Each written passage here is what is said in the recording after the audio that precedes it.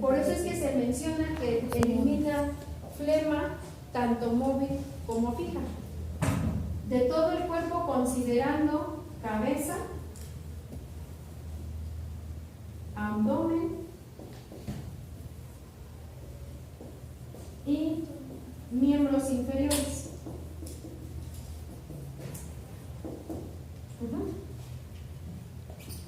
Considerando todo esto, muchachos, ustedes lo pueden colocar como coadyuvante o seguido de alguno de los puntos que ya vimos de flema. ¿Por qué? Préstame el otro. ¿Lo tiene?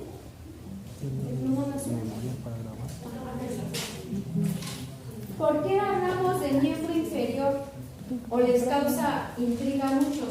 Bueno, porque cuando hablamos de miembro inferior, muchachos, hablamos de todo lo que tenga que ver con atrofias musculares y articulares. Recordemos que cuando hablábamos de flema fija y flema móvil, hablábamos que la fija también puede llegar a ser, como todo es duro, puede ser desde una contractura, una atrofia. En este caso debe de haber atrofia de miembros. ¿Esto a qué nos referimos con atrofia? Que pueden ser pacientes con PCI, pacientes con EBC, y ahorita vamos a explicar por qué, pacientes con lesión medular,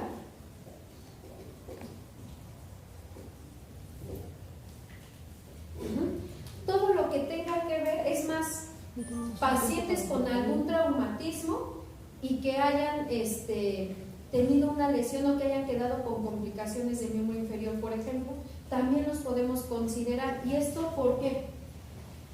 Veamos, pacientes con EBC, sabemos que tiene atrofiado la parte de su miembro, ya sea miembro izquierdo o ya sea miembro derecho, porque tenemos una hemiplegia, ¿no? Lo mismo pasa con los pacientes con lesión medular, lo mismo, también van a tener una hemiplegia, ¿cierto? Sí. ¿Hasta ahí vamos bien? Sí. Porque este punto me dice que ayuda a cabeza, abdomen y miembros inferiores. Un paciente con EBC tiene una lesión de medio cuerpo, tiene atrofia, tiene flema de miembros inferiores, pero al mismo tiempo, ¿cómo vamos a encontrar ese paciente con EBC? ¿Contento? ¿Vale? No, pero son pacientes muy enojados. Exactamente, pacientes con procesos depresivos, pacientes con ira, pacientes con cólera, están enojados con la vida y hasta con ellos mismos. Es más, hasta están enojados con el terapeuta, ¿no? ¿Cómo llegan esos pacientes? Enojados con ustedes, porque los van a tratar, ¿cierto? Porque ustedes están bien y ellos están mal. Entonces, flema de cabeza. Pero eso mismo, este paciente con EBC puede tener sus esfínteres controlados al principio. ¿Tiene control de esfínteres o tiene que usar pañal? Tiene que usar pañal. Tiene que usar pañal, entonces no tiene control de esfínteres. ¿Estamos de acuerdo? ¿Tiene una buena digestión? No, son pacientes que como están postrados o quedaron postrados en cama, tienen estreñimiento, ¿no? Y en ocasiones, si les dan algún tipo de medicamento, van a tener diarreas, ¿cierto? Entonces estamos teniendo que flema en abdomen. Puede ser que sean pacientes que están con un aumento de peso, puede ser pacientes que bajen de peso, pero estos tres problemas los van a llegar a tener. Lo mismo pasa con el paciente de lesión medular, ¿no? Tiene hemiplegia de miembros inferiores, por ejemplo, no creo que venga muy contento a la terapia, ¿no? Los primeros días, porque está en un proceso de duelo. Entonces puede ser que traiga un proceso de depresión, un proceso de estrés, depende de cómo llegue, porque la mayoría de estos pacientes, muchachos, pues no van a llegar por nosotros riéndose, ¿verdad? Van a llegar enojados con la vida. Es más, un paciente con diabetes amputado no quiere ni que lo veamos, ni que lo toquemos, es más, le molesta que no le hagan las cosas, pero le molesta que le hagan las cosas, ¿no? Entonces entran en una situación control de esfínteres, probablemente en los amputados sí haya un control de esfínteres, pero por el tiempo de recuperación va a tener problemas de digestión. Lo mismo pasa con los lesionados medulares. Puede ser que esos pacientes sí lleguen a tener un control de esfínteres, pero hay otros que ya tienen que ocupar una sonda, ¿no? Porque ya no pueden orinar por sí solos. Y entonces, al mismo tiempo, pues tienen una atrofia de sus miembros. Ajá. Por esa razón, se considera que punto de Fenlon es un punto que me elimina flema en esta característica de pacientes. Ahora vamos a ver a nivel del sistema nervioso. Observen. Fenlon, ¿dónde va a estar alojado, muchachos? ¿Su localización cuál es? No, 4 no, ¿cuántos? 8 son abajo de la rótula y dos al lado, creo. Y exacto, son 8 zoom superior, si así lo quieren ver, ya la bibliografía menciona 8 zoom superior al malleolo externo, ajá, y 2 zoom lateral a la ¿qué? A la tibia. Exactamente. Entonces, lleven consigo ese punto, también es un punto doloroso. Tenemos que ser muy exactos en la función. Les voy a decir por qué.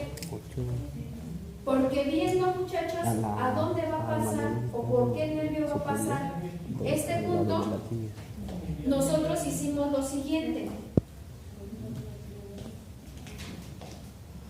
Para saber por dónde va a pasar este punto, primero tengo que saber que el plexo sacro va a abarcar de L4 a S4, ¿ya lo vieron?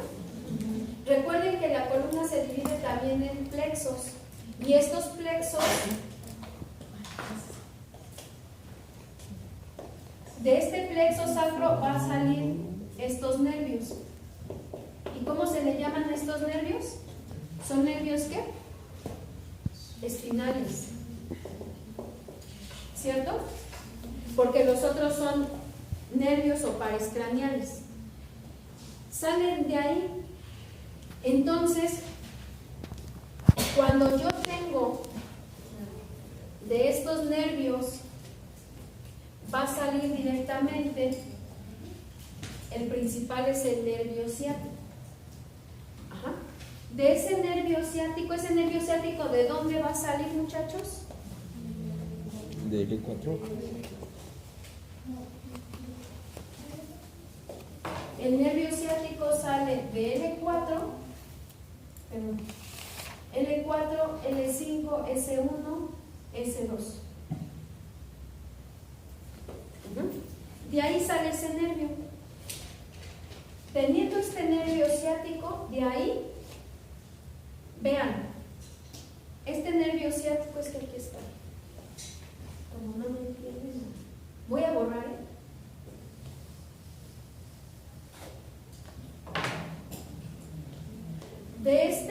De estas ramificaciones nerviosas sale el nervio ciático, sale el nervio glúteo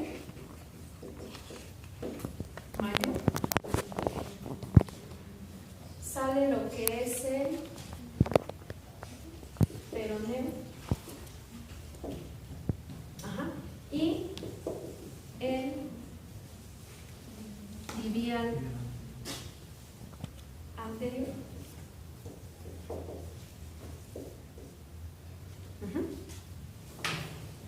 Por donde pasa ese punto es peroneo o es tibial.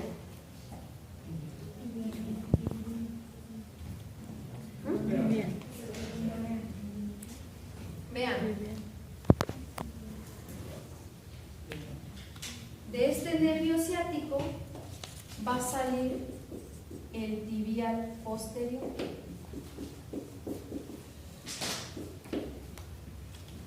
Entonces, si tenemos, ¿quién pasa?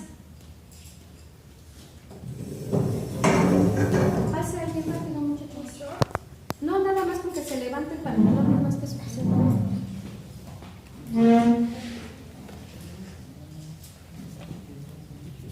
Levántese. Pero parece aquí en la silla, por favor.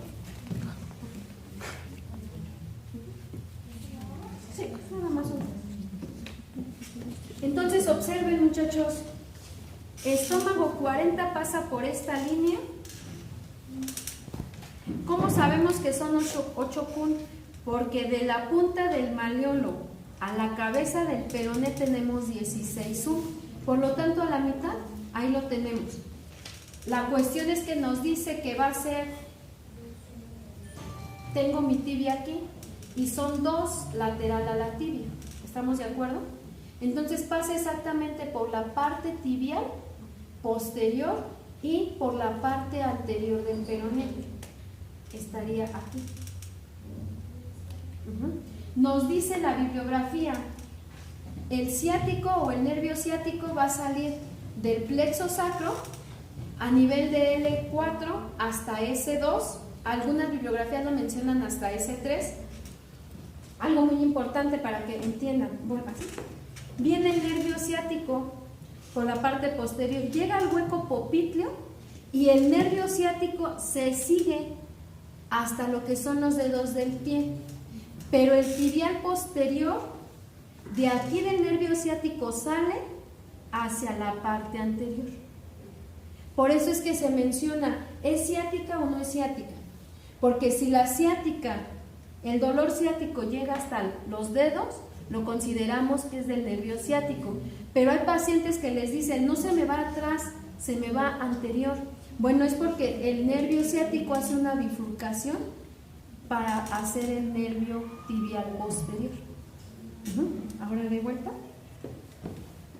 Cuando nosotros colocamos estómago 40, estamos abarcando el nervio peroneo posterior, perdón, el tibial posterior y el peroneo. Por eso es que da una estimulación. ¿Ya vieron hasta dónde? Hasta nivel de L4. Entonces yo, como le comentaba a los demás compañeros, si mi paciente trae una lesión, por ejemplo un pacientito de PCI, no va a colocar, actualmente no le podemos, o más bien hay ocasiones en las que permite colocarle la acupuntura, en ocasiones no permite. ¿Qué es lo que podemos hacer? Pues irnos, puede colocarle láser siempre y cuando pues sepamos el protocolo, pero si no, yo me puedo ir hasta L4, hasta S2 o S3, le puedo dar masaje o empiezo a hacer la liberación para que todo este miembro empiece a mejorar. Entonces observen dónde está el punto y quiénes son los que van a pasar por él. ¿Listos? Gracias. Sí. Con cuidado. Entonces ahora nos dice, vean esto. Cuando ya entendimos esta parte por dónde pasa a nivel del sistema nervioso, entonces es más práctico saber si va hacia sistema simpático o si va para sistema parasimpático. Y este punto, como es de estómago, observen, si va para el sistema parasimpático, va hacia lo que es intestino delgado, va también a ayudar a la parte de las gónadas, o sea, todo lo que se refiere a órganos sexuales, recto y en este caso próstata. Por lo tanto, si lo vemos como trayecto, pues nos va a ayudar a todo eso. Aquí no sé, ¿verdad? ¿Sale bien? Todo eso.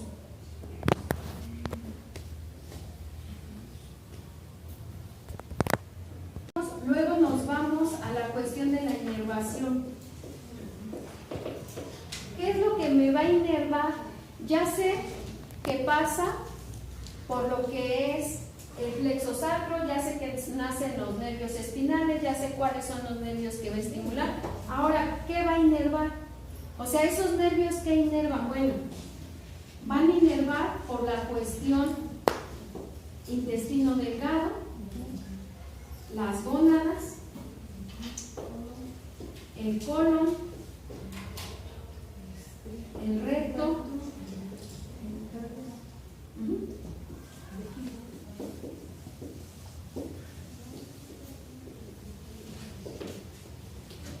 ¿Ya vieron?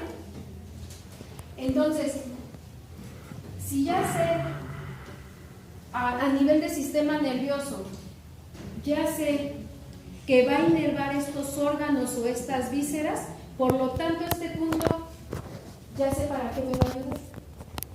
Y entonces ya hago la correlación de por qué me elimina esta flema del cuerpo, es decir, porque precisamente estos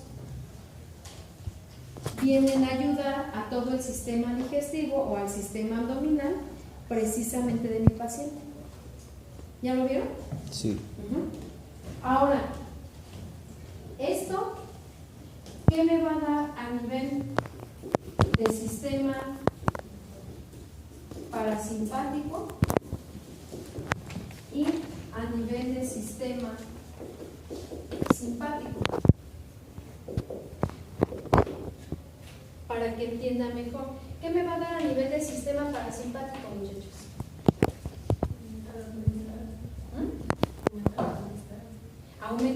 Exactamente. Y bien nos dice ahí la bibliografía que traemos, que este va a ayudar al sistema digestivo. Y el sistema simpático me va a ayudar al control de esfínteres.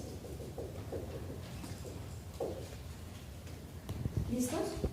Entonces ya entendimos, ahora sí, por qué ese punto me ayuda para flema y para pacientes con estas características.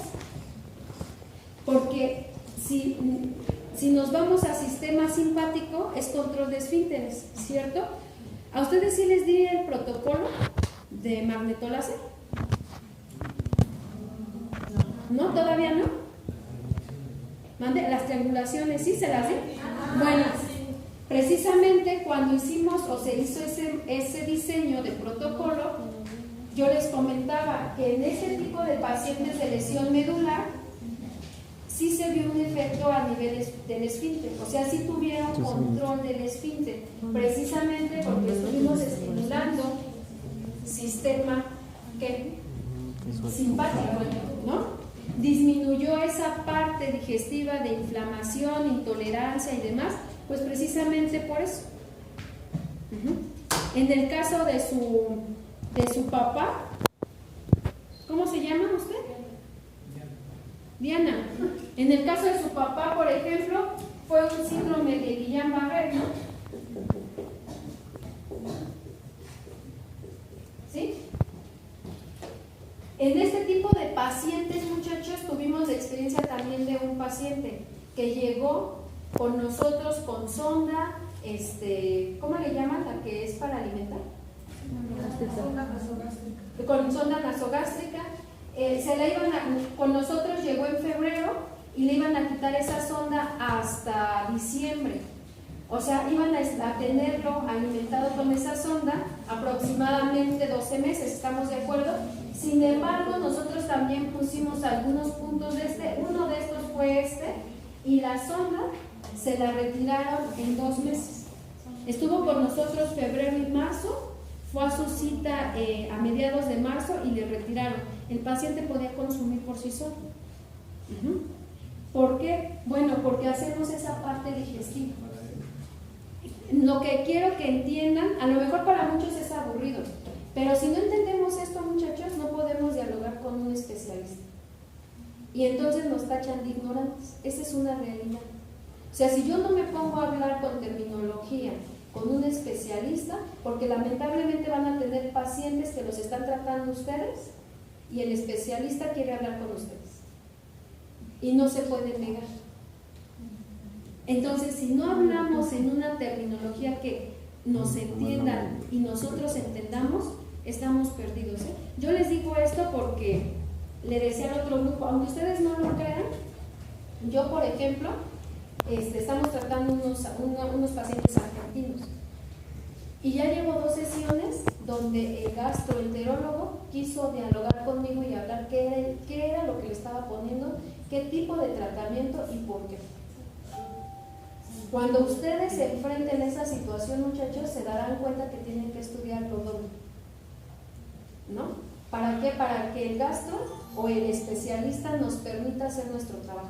Yo les decía ayer que me quedé con el ojo así cuadrado porque normalmente yo le dejaba 15 minutos, ¿no? Algunos puntos a la paciente.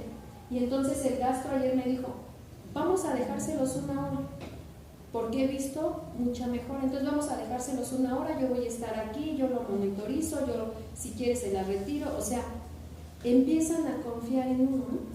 O sea, siendo un especialista, aparte de renombre, el doctor, ¿no? Porque pues tampoco cualquiera paga lo que él cobra en su consulta a domicilio.